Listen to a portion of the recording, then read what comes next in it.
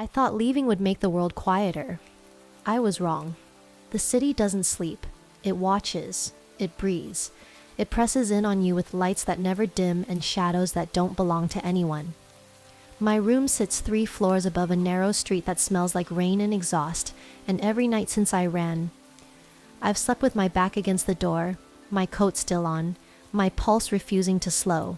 Because some instincts don't disappear just because you cross a boundary. They follow. The first night I told myself it was paranoia, that the weight in my chest was just grief, that the way my skin kept prickling was trauma, not warning. By the 3rd night, I knew better. I feel him before I think of him. It's subtle, like pressure shifting in the air, like the silence tightening, like my body remembering something my mind wants to forget. Killian. I don't say his name out loud. I don't even let myself think it fully, because every time I do, something inside me responds, traitorous and alive, as if the bond doesn't care that I left, as if it's still stretched between us, thin but unbroken. I go out only when I have to. I keep my head down. I change routes. I avoid reflective glass. And still, I feel watched. Tonight, the rain starts again just as I step onto the sidewalk. Heavy, cold. The kind that soaks through your clothes in seconds and makes the city blur into streaks of light. I pull my coat tighter and walk fast, counting my breaths, telling myself I'm just another woman heading home. Halfway down the block it happens. The world tilts. Not physically, something deeper. A shift in the air like a low note struck beneath everything else. My steps falter. My heart stutters. He's close. I don't turn around. I don't need to. Killian's presence has a gravity to it. It always did. Even when he stood still, the world seemed to bend toward him. And now, somewhere behind me, I feel that pull. Controlled, restrained, terrifyingly familiar. Don't run, I tell myself. Running would confirm it. Running would give him permission. I force myself to keep walking, my spine straight, my pace steady, even as every instinct screams at me to bolt. My breath fogs in front of me, rain slides down my neck. I focus on the sound of my boots against the pavement. Then I hear footsteps, not rushed, not chasing, measured, deliberate. He's letting me know. My fingers curl into fists inside my sleeves. Anger flares, hot and sharp, cutting through the fear. How dare he follow me here into a life I chose for myself? I stop. The decision is sudden, impulsive, and absolutely reckless. The footsteps stop too. For a long moment there is only rain between us. I turn. He stands beneath a streetlight that flickers like it can't decide whether to exist. His coat is dark, rain clinging to the fabric, his posture relaxed in a way that feels intentional, controlled, as if he's holding something back. His face is exactly as I remember. Sharp, composed, devastatingly calm. No rage, no blood, just eyes fixed on me with an intensity that makes my breath catch despite myself. You shouldn't be here, I say. My voice doesn't shake. I don't know how. Killian doesn't answer immediately. His gaze flicks over me, quick and thorough, like he's cataloging injuries I refuse to show. When he finally speaks, his voice is low, even. You crossed the boundary, he says. You didn't disappear. I didn't want to be found. A pause. That, he says quietly, was never going to happen. The words land heavier than a threat. Something shifts between us. An invisible line tightening. I feel it in my chest, in the bond I've been trying to pretend doesn't exist. My pulse spikes. The rain seems louder, closer. I'm not yours, I say. His jaw tightens just barely.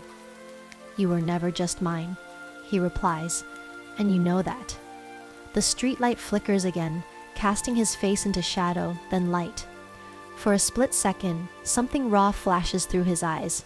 Conflict, restraint, hunger. Behind him, the darkness of the street seems to deepen, as if the city itself is listening, and suddenly I understand. This isn't about chasing me, it's about what happens next, and I don't know if I'm ready for it. The rain keeps falling, but neither of us moves. Killian stands there like he belongs to the night, too still, too certain. Like this city street is just another piece of territory he hasn't bothered to claim yet. The space between us hums, tight with things unsaid. You don't get to decide what happens to me anymore, I say. I mean it. I have to. His gaze sharpens, just slightly. If that were true, he replies, you wouldn't feel this. The bond pulses. It's subtle, but unmistakable, like a nerve touched too directly. My breath catches before I can stop it. Anger flashes through me again, fierce and defensive. You don't know what I feel. I know exactly what you feel.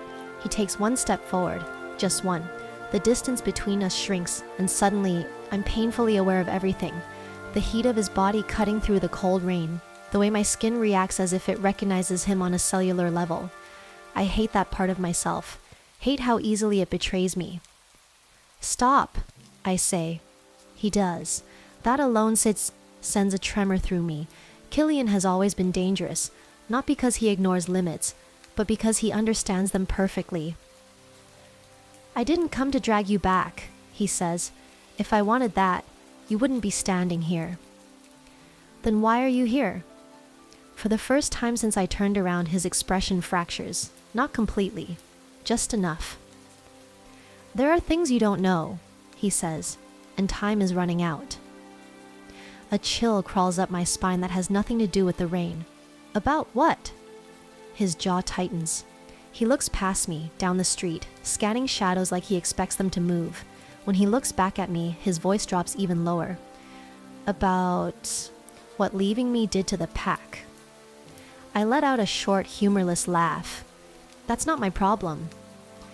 It is, he says, because they don't see this as you leaving me. They see it as you rejecting the bond. The word lands heavy. I never accepted it, I say. That doesn't matter. Something in his tone makes my chest tighten. What do you mean? Killian hesitates, just for a second, long enough to make my stomach drop. In our world, he says carefully, a broken bond doesn't stay broken.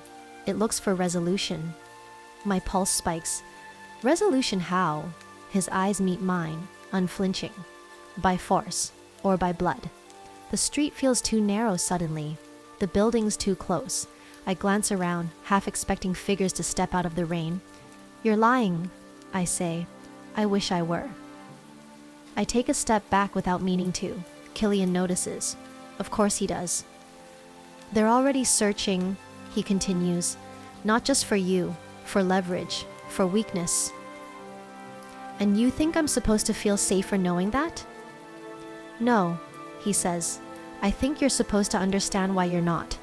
The bond pulses again, stronger this time, not desire, not longing, warning. A sound cuts through the rain, soft, wrong, footsteps, not Killian's.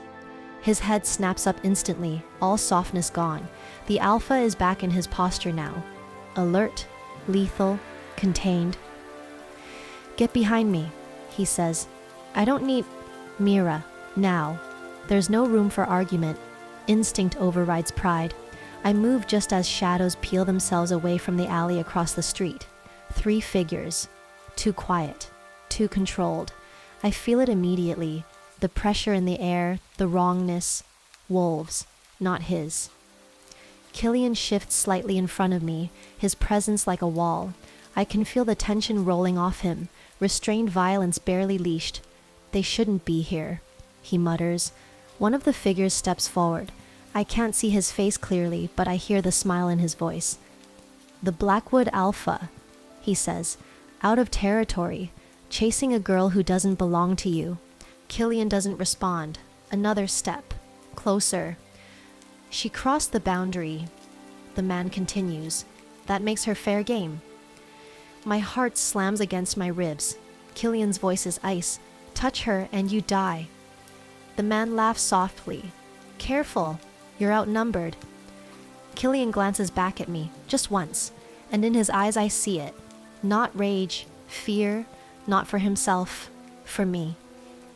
Run, he says. I don't move fast enough.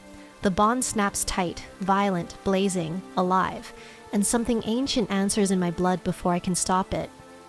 The storm surges, and the night explodes into motion.